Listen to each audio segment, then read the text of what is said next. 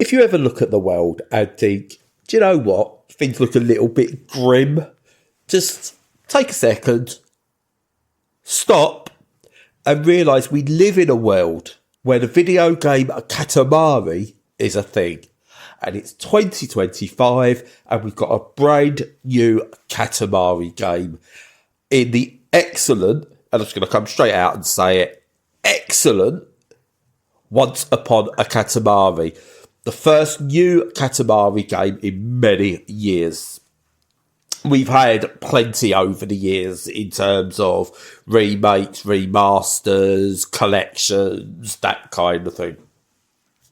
For anyone who doesn't know, Katamari is a game where you play the prince, and your father, the king of all cosmos, has set you on a mission to roll up everyday objects to repopulate the stars.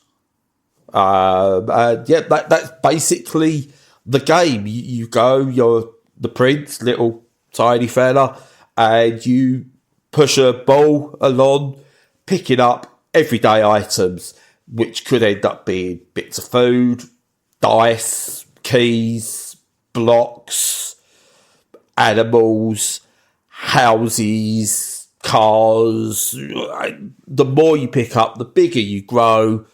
And yeah, that's the game, essentially. You get given a task of make a ball this size, or make a ball this size in this time, populate the stars as we send it out into this great cosmos. It's a simple concept. It really is, and it's just utterly brilliant. I played my first one back on the PSP and just fell in love. I think I've got nigh on every release since then in some fashion. Once Upon a Katamari, it's pretty much the same game again, but with a few little added extras. There's a new hub world and obviously a new story. But what this does is it takes you on a journey through time, hence the Once Upon a Katamari.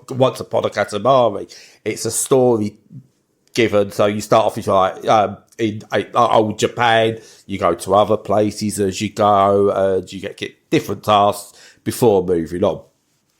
It's just utterly brilliant. It's bonkers. The story's bonkers. It's full of colour. It's like from that era where like the likes of Sony was still producing Vib Ribbon and putting that out there, or you had like Bishi Bashi Special coming through, and it was just like creators took a chance.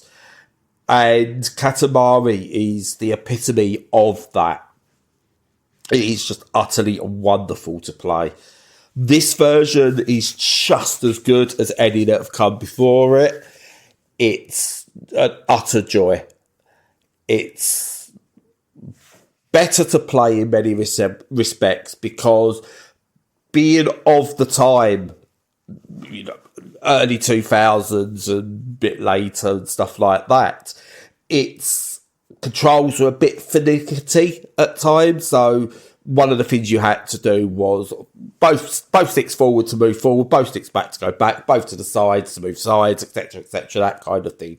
You turn by alternate up and downs, and then to get a speed burst going, which you needed sometimes, you had to wiggle the sticks up and down, which is fine, and it was fine for the time.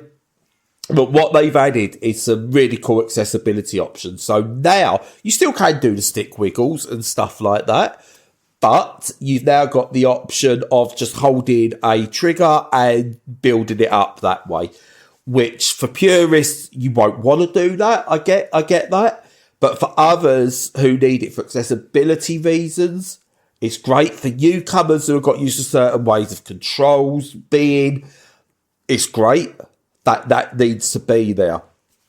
And overall, I went back and played me and my Katamari, and it still holds up today.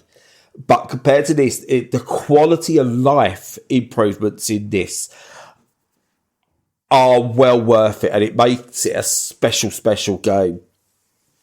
And it's highly recommended to anyone who's played a Katamari. You definitely need to pick this up. It's out at £35. It's on pretty much everything, I think.